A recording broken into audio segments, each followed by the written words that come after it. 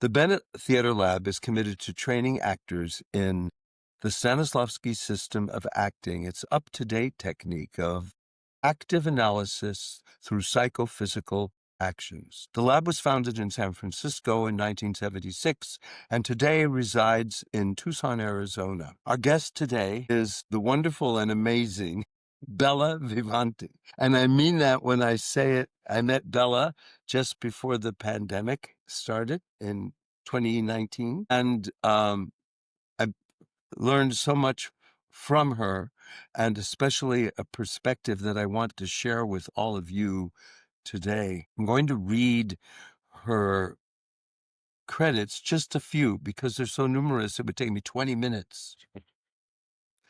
Bella has numerous accomplishments and in many diverse areas of study and performance. She is Professor Emerita of Classics and Humanities from the University of Arizona. Bella holds a PhD from Stanford University in Classics and a minor in Humanities. She is an internationally recognized scholar of classic Greek studies, an actor, and has performed in many diverse roles, including in ancient Greek language. Bella has conducted trips and tours with the Smithsonian Institute's Journey program to Greece, Sicily, Italy, and Turkey. Bella has also received numerous academic honors and awards. I'm very proud to introduce to you my friend and colleague, Bella Vivante. Welcome, Bella. Thank you very much, Philip. That was a very nice crystallization. Thank you. Thank you. You're welcome. Bella, please tell our audience how this all began. Where did it begin with you? Your evolution in academia, and especially with the emphasis on ancient classic literature and studies from Greece. The third grade, when I was 8 years old, is what comes to my mind, because that's when I began my interest in ancient Greek mythology. Mm. And even though it wasn't a straight line from there, I feel that that sparked an interest in me that budded, sprouted, blossomed, bloomed over the years. It definitely became the seed for my pursuing academic studies, my PhD studies in classics, and it really deepened my interest in ancient Greek material. I'm not able to pinpoint as directly my interest in acting, but it feels like it happened around the same time. I just don't have the same awareness of it. I'll share a secret with you and your audience right now. As I was going through a box of materials my mother had left, she died, it's now 16 years ago. There were letters I had sent to her that I don't remember sending, but she had kept them 60 years.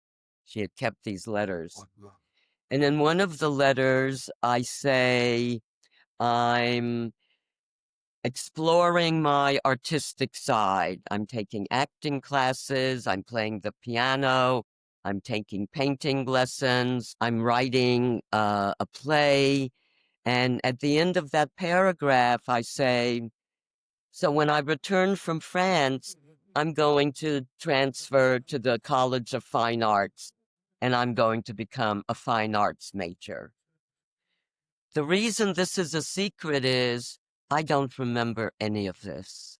When I read this a few months ago, I was so stunned that I had all these interests and I was pursuing all these interests and I was ready to declare all these interests. And somewhere along the way in my life, I swallowed them all. And so I don't know that I'm able to say anything that can really be an inspiration because I don't know where my own inspiration came from since that was lost to me. What I do know is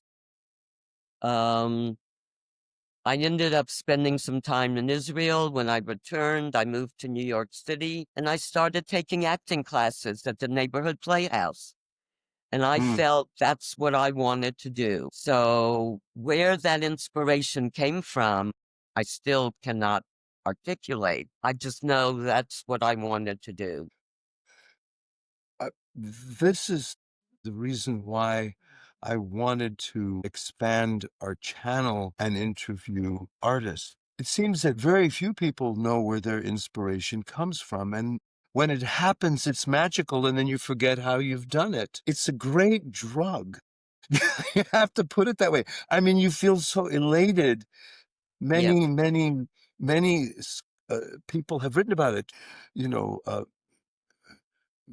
so many Western scholars have examined it.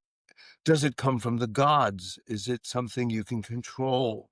Uh, how do you prepare for it? What do you do when it's there? And yet, we have techniques and we have training schools, but it seems to be something over and above that, because there are people without training and going to school who are inspired in all fields of endeavor. right. Well, the thing that happened for me, just as I had swallowed that, earlier inspirations, I let my own fears at that point block me. And Mm, much as I felt I was really doing well in my acting classes, I was afraid to go on auditions. mm, And as you know, you can't be an actor if you don't go on auditions. So I allowed that to block me at the time, but it didn't curtail me altogether. So even though I ended up pursuing an academic career, drama was my main interest still within an academic framework. And then when I was in graduate school, I was fortunate enough that mm, at the end of every term, we did staged readings of ancient Greek or Latin plays. So I was able to continue my dramatic interest. And then, as you said, it resulted in my performing Agave and Euripides' Bacchae in ancient Greek, Helen and his Trojan women in ancient Greek, and various scenes from other plays. And I really feel proud of having been able to do that. And so, even though I might say that the academic route was a secondary choice, because I blocked myself from mm, pursuing the theater. On the other hand, I'm very appreciative for everything I've learned within academia that I can also apply to my mhm. theatrical work. So, however, it all gets jumbled in my mind, it has all come together in this way right now. You mentioned something that I think is very universal. Over the 50 plus years I've been teaching, I get many actors who are in their 40s, 50s, and 60s, or even older, who said, I started off, this is what I wanted to do, but I just didn't pursue it. And maybe they married, had children, raised a family, which I believe is also another source of great inspiration if you're open to it. But you mentioned Helen of Troy, and I know that's a specialty for you. Could you tell us Yes. something about why or what you're doing with it and what you have done?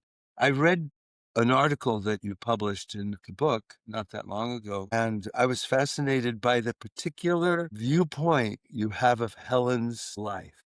So this goes back to my graduate school days. And again, what the initiating spark was, that I do not recall.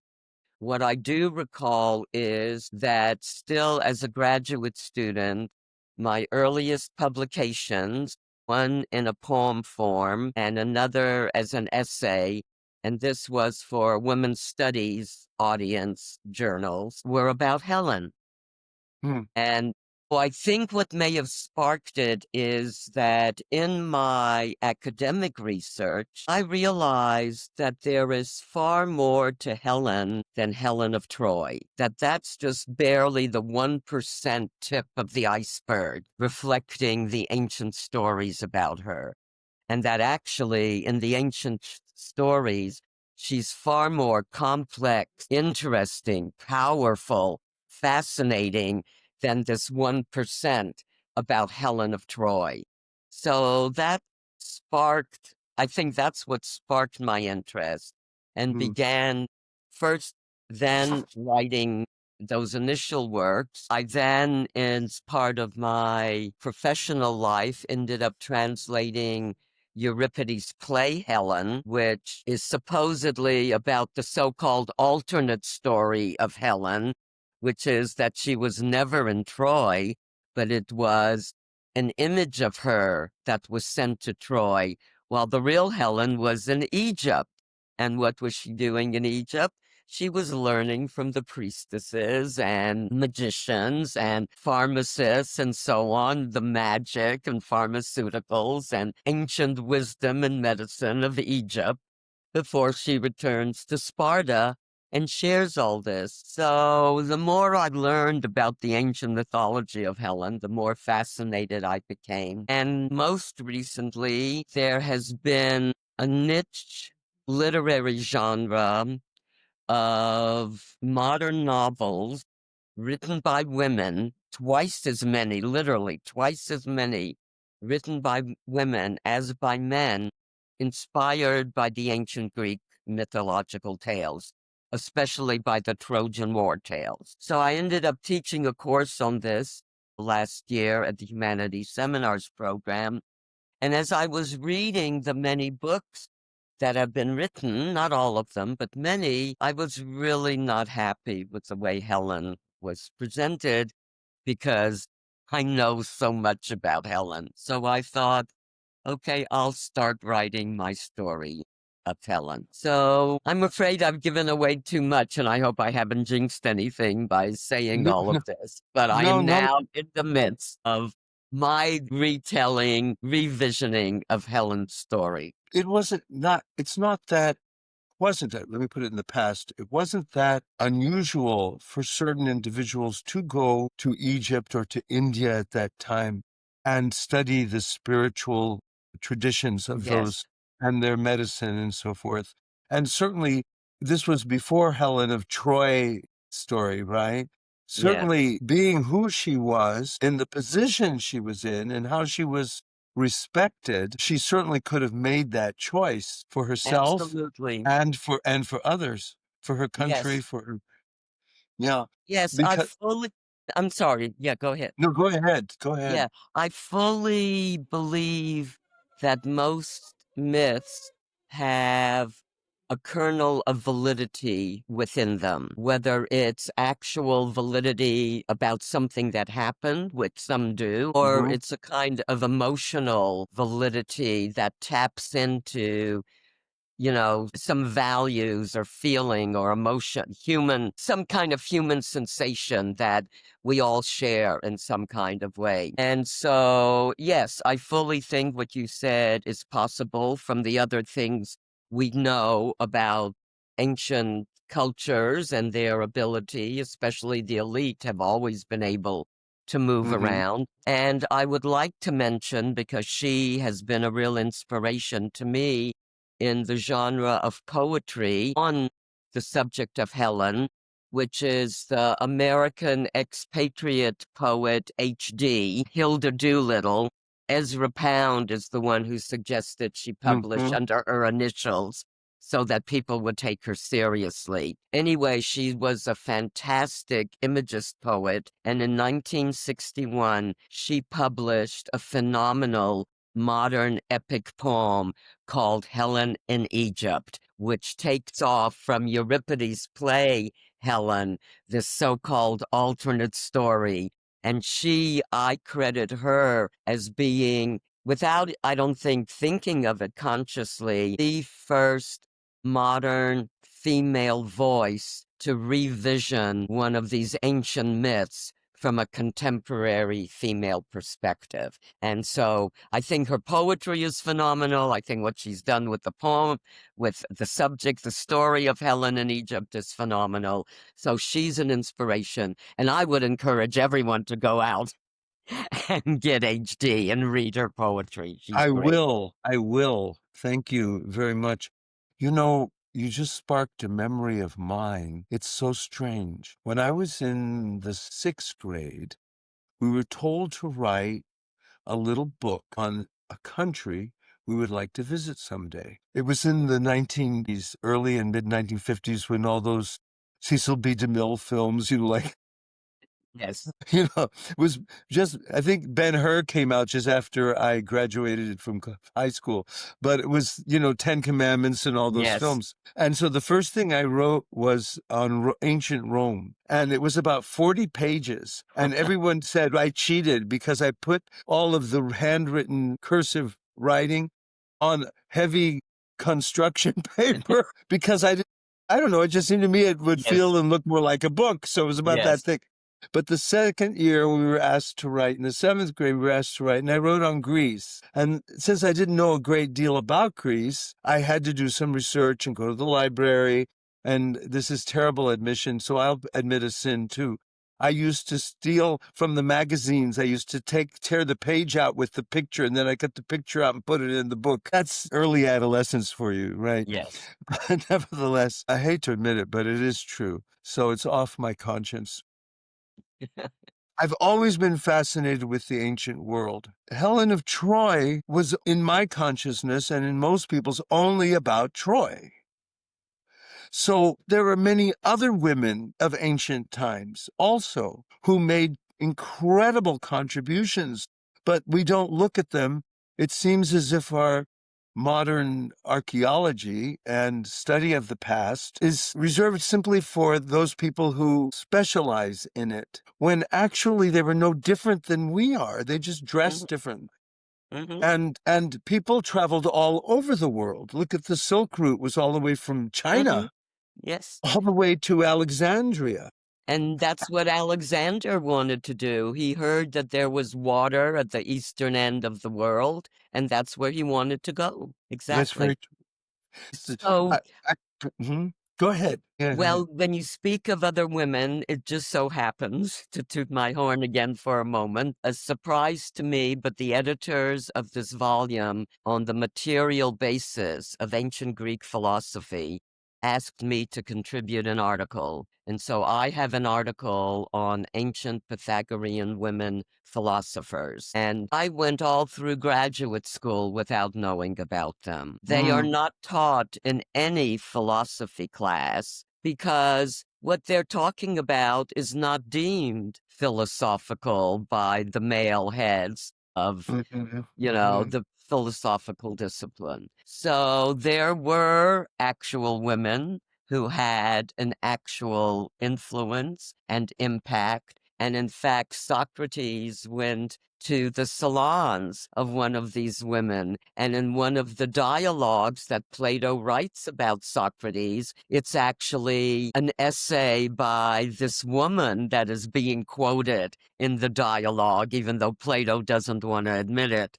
So, but I mean, these are the kinds of things that my scholarly research is able to ferret out, is just the ways that women's voices certainly have been squashed and suppressed and hidden and erased. Sadly, starting in ancient times, but at least there was still enough in ancient times that got preserved, even with all the attempts to erase it, so that we're able to see that there was definitely something else going on at one time than what the patriarchal, hierarchical, violent ones in charge want us to believe. The Yes, winners of wars usually yes, write the history according to their own exactly. The conquerors. aggrandizement.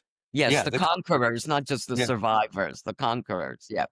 Yes. Well, that leads to two Yes. questions I have for you that I've always wanted to know a little bit more about since I've met you particularly. The first one is, when did that all start? Because there were female goddesses in the, 7,000, 8,000 Yes. years ago.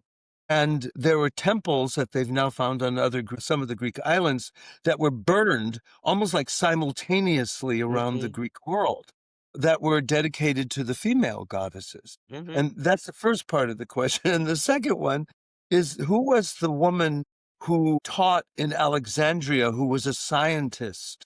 And there was a movie made about her, the Agora, or the Agora, I think is the name of the film. Mhm.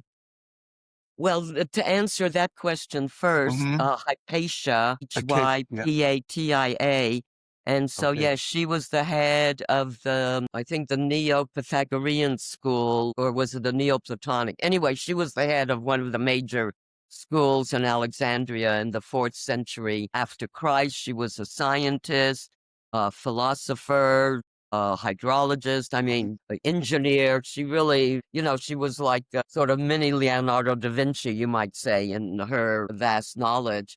But the Christian church did not like her, and the male establishment did not like her. And so the monks of St. Cyril, well, they call him Saint, the monks of Cyril, one day as she was going to deliver a lecture, ambushed her carriage. They skinned her alive, Mm.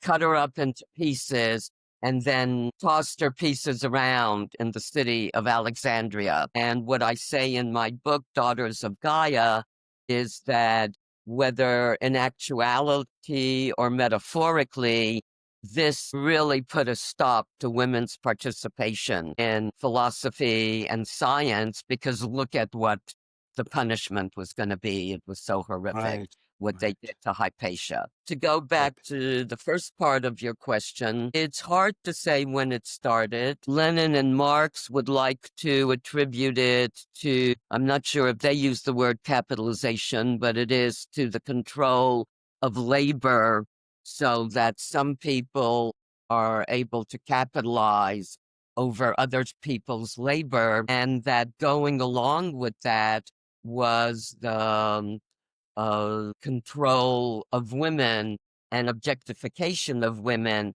into this economic system that uses people as sources of income for somebody else instead of being able to be their own people. I think there's a lot that makes sense in that economic theory. There probably is some more scholarly writing to this effect, but my connection to a spiritual explanation comes from another novel written in 1981, so over 40 years ago, titled Ariadne, about the Mm. princess of Crete, whom Mm. Theseus abducted and abandoned, but that's a whole other part. Anyway, at the beginning, it's June Rachey Brindell. It's not the current book, Ariadne, which is a whole different thing, but this 1981 book. And in that book, the way Brindell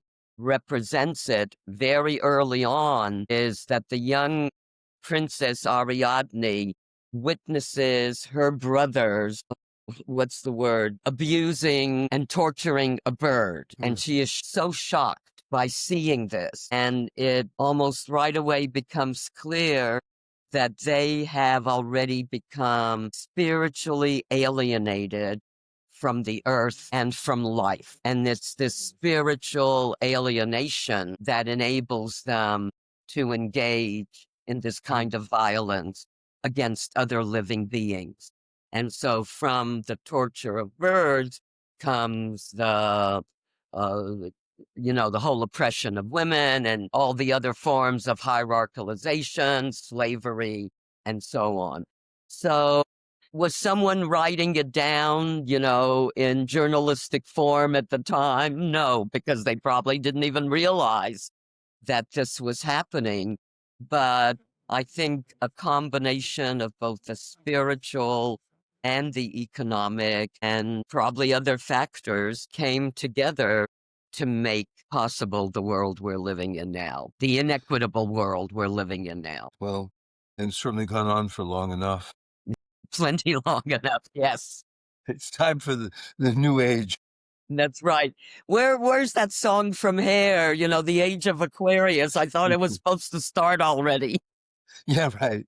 A lot of things were supposed to start already. I would like to gear the subject now to your interest in Native American studies of various Native American peoples. How did that come about? So this also goes back to my very early years. I came to this country as an immigrant at the age of 4.5. My parents were Holocaust survivors, and we ended up moving to Atlanta, Georgia, of all places. It was very segregated still at the time in 1951. And I remember the house we lived in, we had the biggest yard in the neighborhood.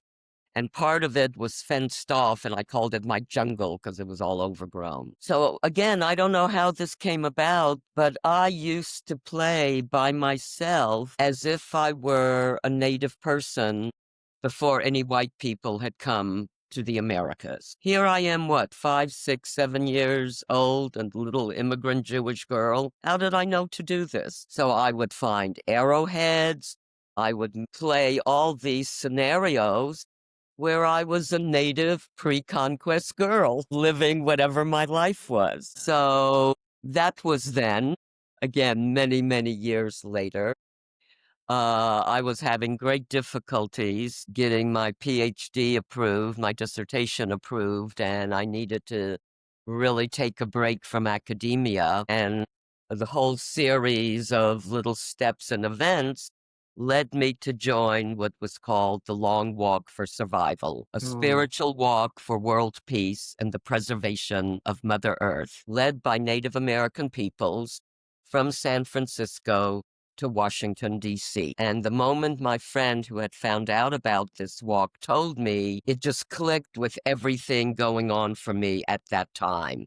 I knew I had to join this walk. I mean, there was no question. When I joined, it's because I was still teaching. I came a week late, and the walkers happened to be at the Duckwater Shoshone Reservation in central Nevada. And by the time I joined up, everyone was at lunch except for the one security guard. And when I arrived, he said to me, "You'll have to talk to the women leaders of the walk." And his tone of voice told me that I was not being dismissed to the ladies' auxiliary. This was something important. And so from the first moment after lunch, and I met with the woman leader, who happened to be a very young woman from Warm Springs, Oregon, and she explained the concept of Native American women's moon time and what a strong spiritual time that is, and how the walk is carrying certain medicine.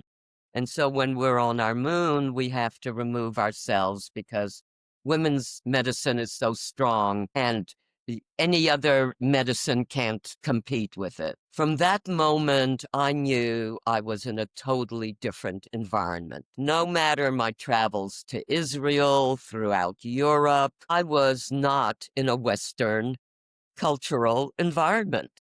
Hmm. This was truly a radically different environment from anything I had ever known. Anything I'd learned in anthropology class about uncleanliness and ostracism immediately went out the window because that's not how Native American women talked about themselves and how they celebrated, practiced their moon times. So all my learning sensors just opened up, and it transformed my life.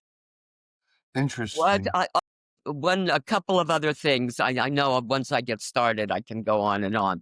But, But that's why you're uh, here. Please do. in fact, I forgot about this until just now. The first day walking, I remember as we were walking on the land, walking by trees, all the vegetation, and I felt the sense of gratitude to all these forms of life. That was how I had perceived the world before my father smashed that out of me in order for me to accept his version of the world when I was, what, 4 years old or something. Because after all, he was my father, he was the adult. But on that first day of the walk, it connected me to my own innate way of perceiving the world and the spirituality of the world. Thank you, Philip. I had completely forgotten that it had done that for me. And that just made my connection all the stronger, is having that open up for me. Thank you for opening up because this is what I'm searching for. Experience that leads to, from spirit, from our spirit as human beings, from the human spirit, that leads to inspiration. Because what you've been telling me about Helen, about Hyperthea, is that how you say it? Hypatia. Hypatia. Hypatia, Hypatia. That's why I never remember her name. Hypatia, Hypatia. Okay, Yes, there you go. yeah. Hi, be patient. That's what I have to make up things to remember. You know, being Yes, an actor and trying to yes. remember things is a constant battle. Okay, so it seems to me that all of these experiences have led to your inspiration. That this is the quality of an inspired life from my viewpoint. And what is an inspired life? I'm inspired by the hero's journey, which, as you know, in the teaching of Stanislavski, the idea of the super objective or super task, Mhm, and it was originally super task, not super objective. Task is the journey of the hero in every mythological mhm, story, both male and female. mhm, An objective is simply what I want to get. It's not your journey. It's not mhm, your struggle. It's not overcoming obstacles. These obstacles that you just shared with us, all these blockages or stepping back, this is what makes us human. And what I think makes us heroes, we're each our own hero on our own journey in our own mhm, mythological mind. This long walk totally symbolizes that. Many, many years ago, I'm a native Californian, and I'm proud to say that because my step grandfather and my grandfather's family has been in California since 1790. So I find it hard to have left a place mhm, where on both sides of my family I could go to a ranch or a farm because they had been there so long. mhm, But I used to go every 6 to 10 weeks to Mount Shasta and go to the native lands and take a sweat lodge. And I would mhm, spend 2 or 3 days there. And Jack Tom, his native name was Walking Eagle, was the medicine man. And he asked me, after I'd gone for quite a few times, visited and stayed in the lodge, he said, I want you to carry the rock people into the sweat lodge. mhm, You have to be Native American to do that? He says, you are, I know. Well, he saw my Native American blood, see?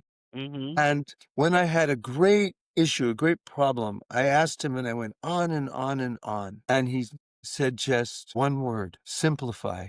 And that's what led me to dismantling my life. And now I had leaned it against a wall. But when I got to the top of the ladder on that wall, had a larger vision, and I didn't like where I was leaning it. And that's what I hear from you.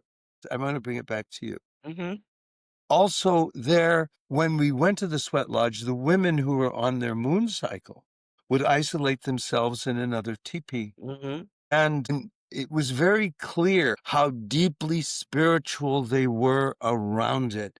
And I thought, these people are living in an altered reality, which is more expansive, more mhm, understanding, deeper in wisdom than the way we live, the way mhm, I live. And I miss going and tapping into that. It's almost as if it's another frequency of consciousness. mhm, mhm, And that is itself is inspiring. mhm. Just to know that people live that way with those Yes, values. yes, yes, Pardon I me. fully Well, ag no, I fully agree. yeah. It's because, um Mm, I was drawn, yes, to the values, and like I said, because it recalled and resparked what I felt was my Mm. own innate way of perceiving the world, which I ended up playing at when I was a little kid, first here in the US.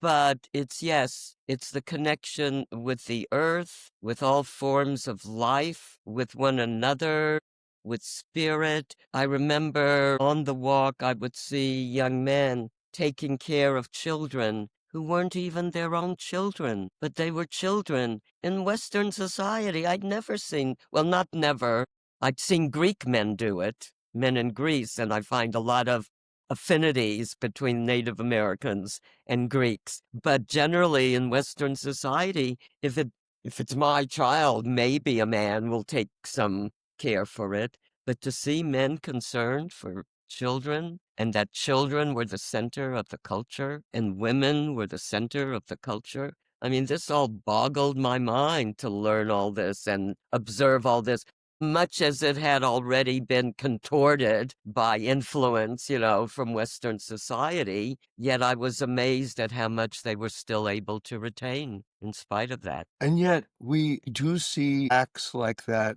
when great strife and peril present themselves, like in natural disasters, Hmm. or you see the compassion. Hmm. So it's not that long ago that we were different in the West. That's right.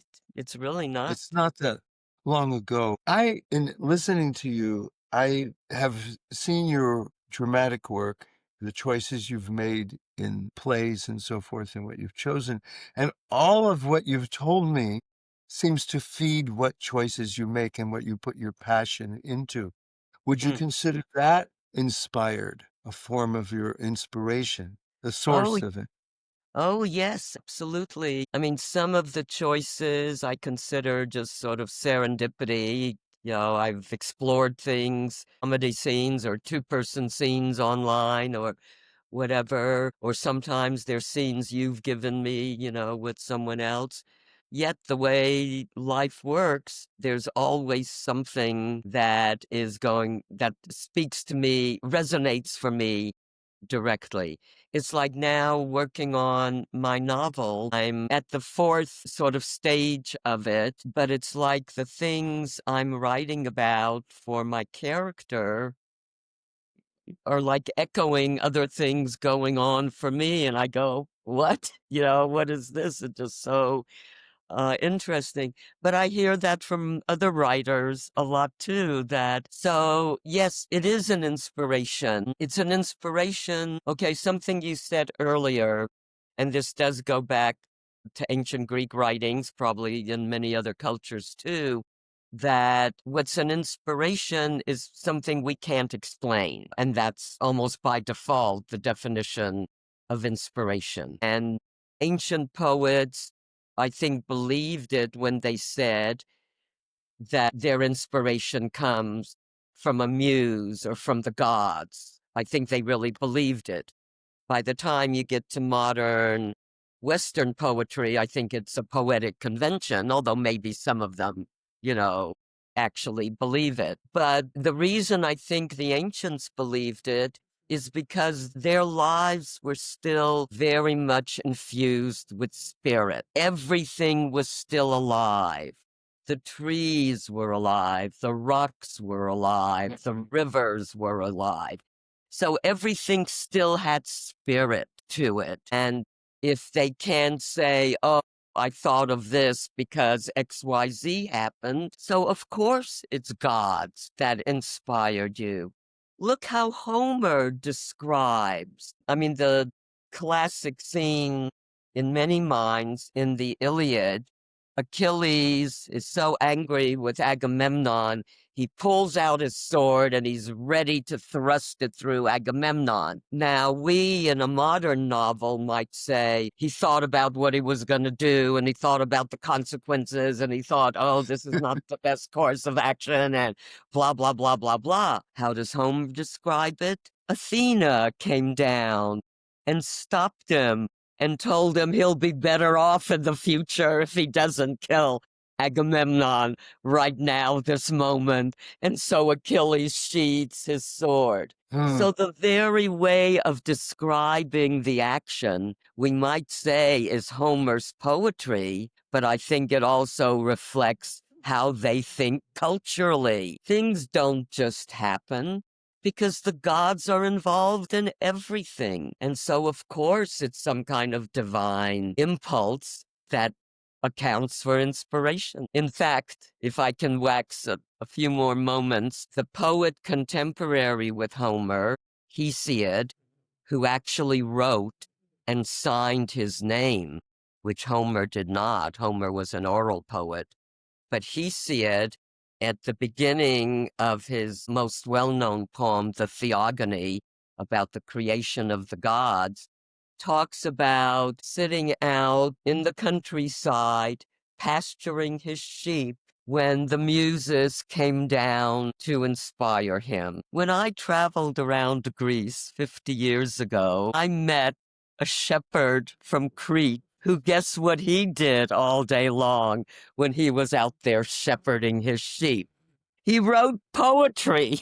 So from Hesiod 2,700 years ago to this contemporary Cretan shepherd poet today, they're still inspired in the same way by the land, by their activities, by their natural activities, I should say, because I also shepherded sheep for the Navajo, for the Diné up in northern Arizona, so I know how inspiring that can be. Beautifully said. And I don't want to even touch it with anything because there is innately, if we want, the ability to both live in the myth now and the present world if we choose to. And I remember, who was it? Bill Myers asked, I probably will have to erase this part. Joseph Campbell. Bill Oh, yeah. Myers asked Joseph Campbell, what happens in the world when we lose our myths? And he says, what we see around us today. Yes, yes.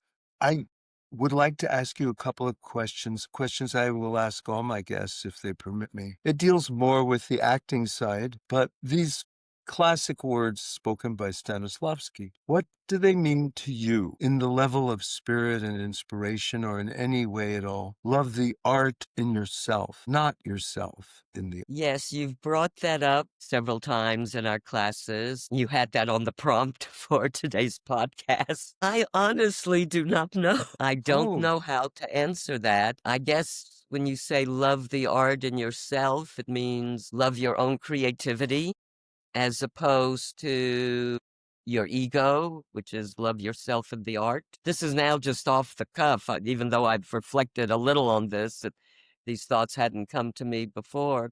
So I'd say that's probably the difference. It's loving your own creativity and going with that as opposed to any image you have of yourself, your ego, having your ego drive you as opposed to the art.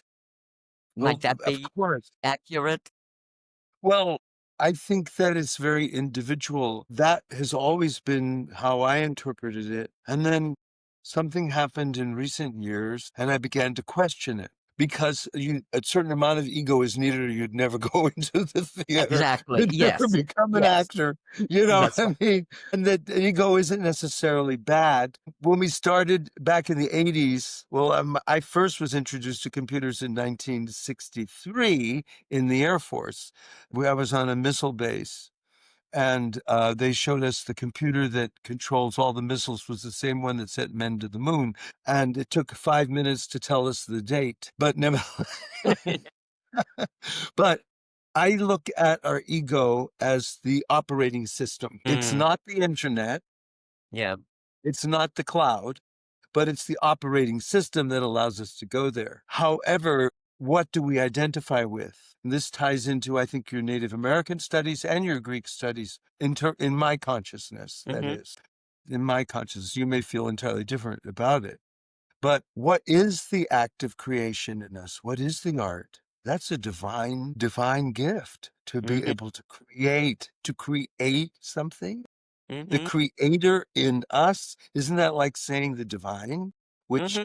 is in us that we share with everything in nature and life? Hmm. Yes. Can we deny it? So if you love that, then your focus with the ego, with the operating system, is you use it to Yes. enhance that. Yes. Yes. Yes. It's the balance between the two.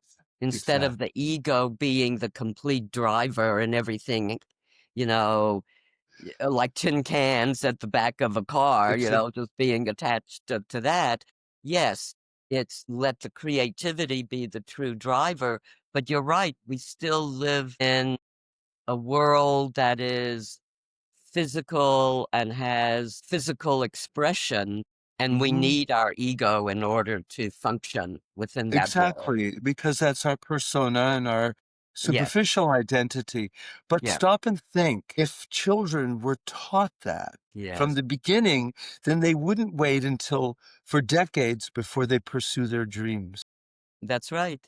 And in some cultures, they are taught and encourage that from the Hmm. beginning. I've heard of the Hopi, I hope I'm not misrepresenting, that they believe everybody is an artist, that Yes. you are first an artist. In the Japanese culture, they have a term called ichigai. I may Yes, be mispronouncing it, which means the total integrity of your whole life. So your gardening, your cooking, your yes, work, your your family life is all integrated to create beauty and yes, balance and harmony. yes, And to achieve that is a very high state of enlightenment. yes. So you've wonderfully contributed to the search that I'm on for the source of inspiration. I think you certainly have yours. You've inspired me. I just have one more question for you.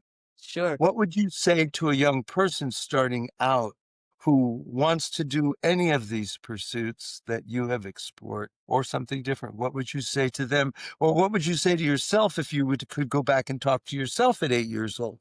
Yes.